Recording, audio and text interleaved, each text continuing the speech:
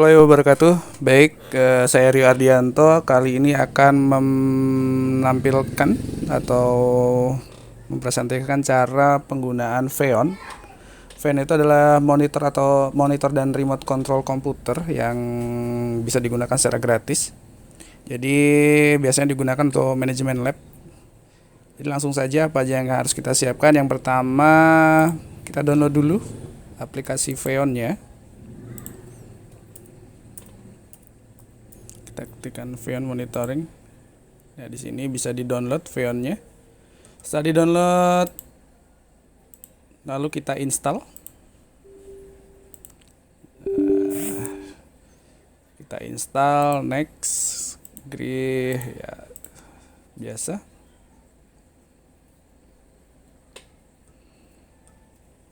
Oke. Aplikasinya sudah kita install. Di menu Xeon konfigurator ini, di menu konfigurator ini ada dua fungsi. Yang pertama itu sebagai server dan yang kedua sebagai klien atau sebagai pemantau. Ini sebagai pemantau atau dipantau.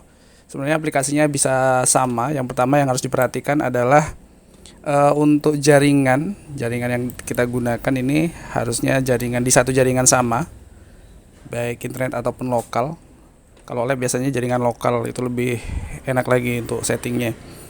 Pertama, pastikan jaringannya satu jaringan yang sama, kemudian pastikan juga untuk spesifikasi komputernya. Karena di menu download ya, ini ada yang 32 bit dan 64 bit. Untuk melihatnya, kita bisa cek di disk PC ini. Kemudian kita klik properties. Nanti di bagian device-nya ini, sistem type-nya ini kita lihat di sini adalah 64 bit ya. Jadi komputer yang pertama ini nanti akan saya gunakan sebagai pemantau atau servernya yang memantau kegiatan di lab. Jadi yang kita harus siapkan, pastikan aplikasinya sudah berhasil diinstal, kemudian ke menu general. Di menu general ini kita setting tuh bahasa dan sebagainya itu boleh, tapi fokusnya ke authentication ini. Di authentication kita pilih, biasanya defaultnya di logon ini, tapi kita pilih ke key file authentication. Jadi kita buat kuncinya. Kemudian kita pilih lagi setelah menu general, kita pilih authentication key-nya. Kalau ini kita kosongkan dulu. Coba tak kosongkan, ini juga tak kosongkan. Kita buat dari awal. Setelah menu authentication key-nya kita pilih, lalu pilih create key pair. Kita kasih nama. Misalnya saya buat namanya Rio. Ya, Rio. Oke, kita create. Nah, setelah di create ini ada dua pilihan. Yang pertama ada private, kemudian ada public. Nah, setelah itu kita pilih ke menu yang di public ini. Kita export key-nya. Exportnya filenya bisa pakai Drive, bisa pakai WhatsApp, atau untuk lebih mudah juga bisa pakai flash disk. Misalnya saya akan memasukkan flash disk di sini. Kita masukkan flash disknya. Oke. Cek sudah masuk belum?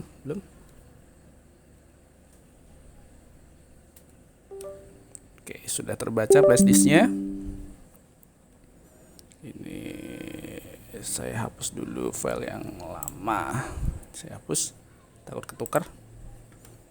Kembali lagi ke menu Xeon ini, kita export. Jadi key-nya kita export ke flash disk misalnya. Ini ke flash disk. Taruh aja di luar, nanti dengan nama. Nah, pastikan namanya ingat biar nggak ketukar ya. Kita save. Oke, kita save. Dan yang ketiga yang kita lakukan untuk pemantaunya, ini di location and computer. Jadi yang pertama di general kita pilih key file, kemudian di authentication kita buat kuncinya. kemudian di menu public kita export, dan terakhir di location and computer. Ini kosong, coba kita hapus dulu. Di menu bawah ini ada hapus ya.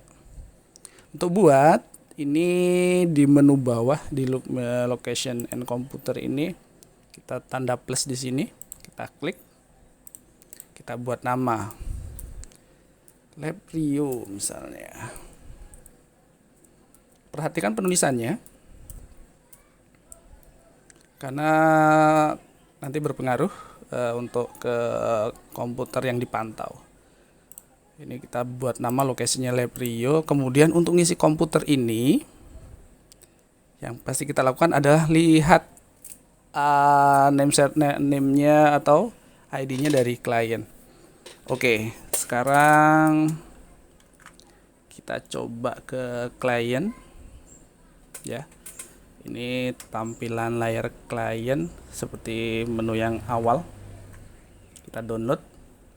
Kita cek dulu spesifikasinya di PC properties. Ini kebetulan saya menggunakan Windows 10. Untuk pemantaunya tadi Windows 11. Jadi di sini kita lihat bitnya, oh ini 64, berarti kita download yang 64 bit. Kebetulan saya juga sudah download di sini. Kita install saja.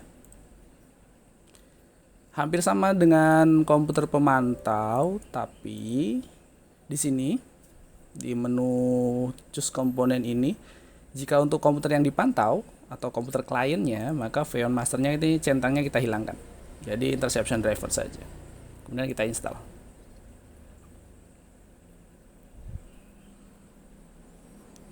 Oke, selesai. Kita jalankan. Jadi yang di komputer klien ini kita jalankan.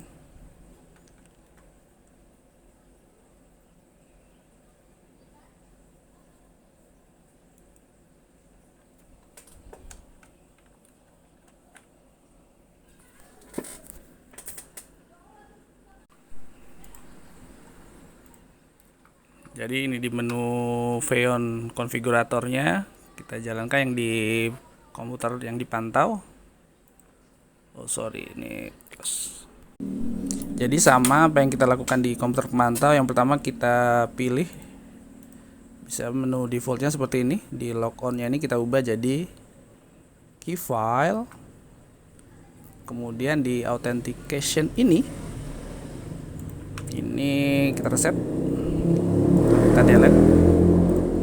Nah, untuk ngisi ini kita ambilkan dari komputer pemantau. Jadi flash disk yang sudah kita siapkan tadi, yang sudah kita isi dengan file kunci dari Xeon pemantau, kita import ke sini. Jadi kita masukkan flash disknya. Oke, ini flashnya sudah masuk. Kemudian kita pilih import key. Kita cek. Nah, ini tadi yang file yang kita pakai. Kemudian kita open. Oke, ini udah bisa di oke. Lalu selanjutnya kita pilih lagi ke menu location. Ini juga harusnya tadi kalau kita baru buat, coba kita kosongkan. Nah, nama locationnya kita samakan dengan yang komputer pemantau. Nah, ini komputer pemantaunya kita buat tadi Lab Rio juga. Lab Rio, huruf kecil semua tadi ya. Apply. Oke. Dan di lab yang akan kita pantau, yang pertama yang harus diperhatikan juga adalah nama device name-nya. Ya, jadi device name-nya ini kita masukkan di di sini di komputer. Ya, kita tanda plus di komputer pemantau. Namanya desktop.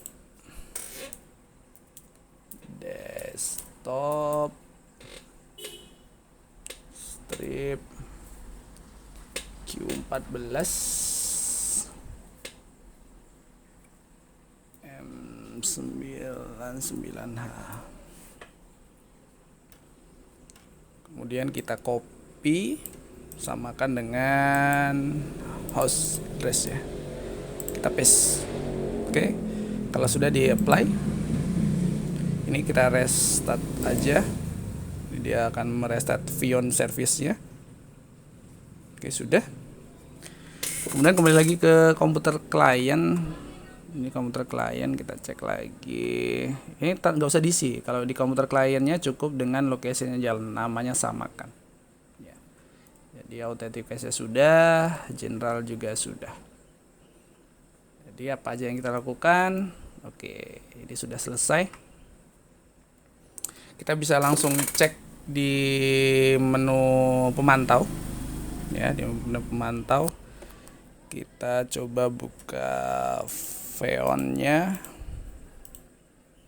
Ini Vion Master namanya. Kembali ke sini ke Vion Master. Jadi kalau untuk pengaturannya di Vion Configurator, untuk melakukan pemantauannya di Vion Master. Kita nyalakan Vion Masternya. Ada lab. Oke. Dah. Ini sudah terpantau, jadi bisa kita cek dari sini. Misalnya yang di klien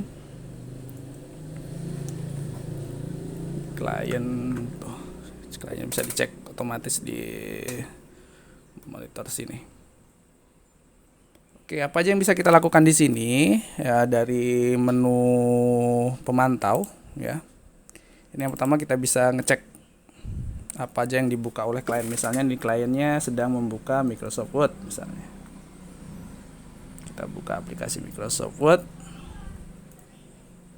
Ya, maka di pemantau juga akan menampilkan Microsoft Word seperti itu.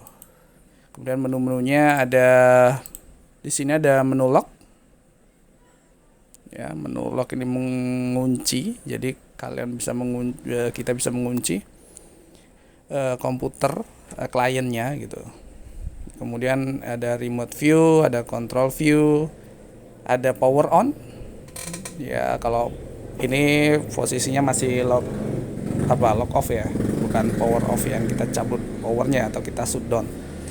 Kemudian kita reboot, boleh misalnya mereboot kliennya. Kemudian untuk menjalankan aplikasi atau kita mengirim pesan misalnya kejadiannya waktu udah habis, misalnya waktu penggunaan selesai,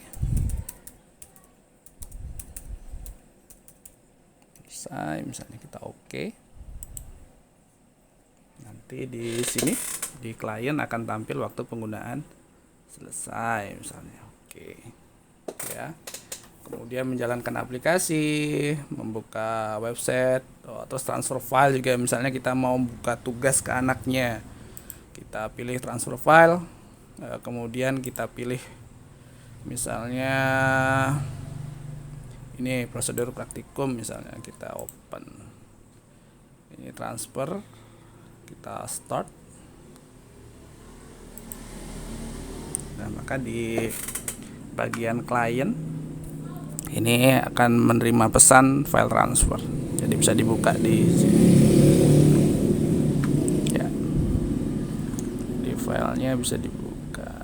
Oke, mungkin itu saja tutorial penggunaan Vion. Ya, tentunya sangat membantu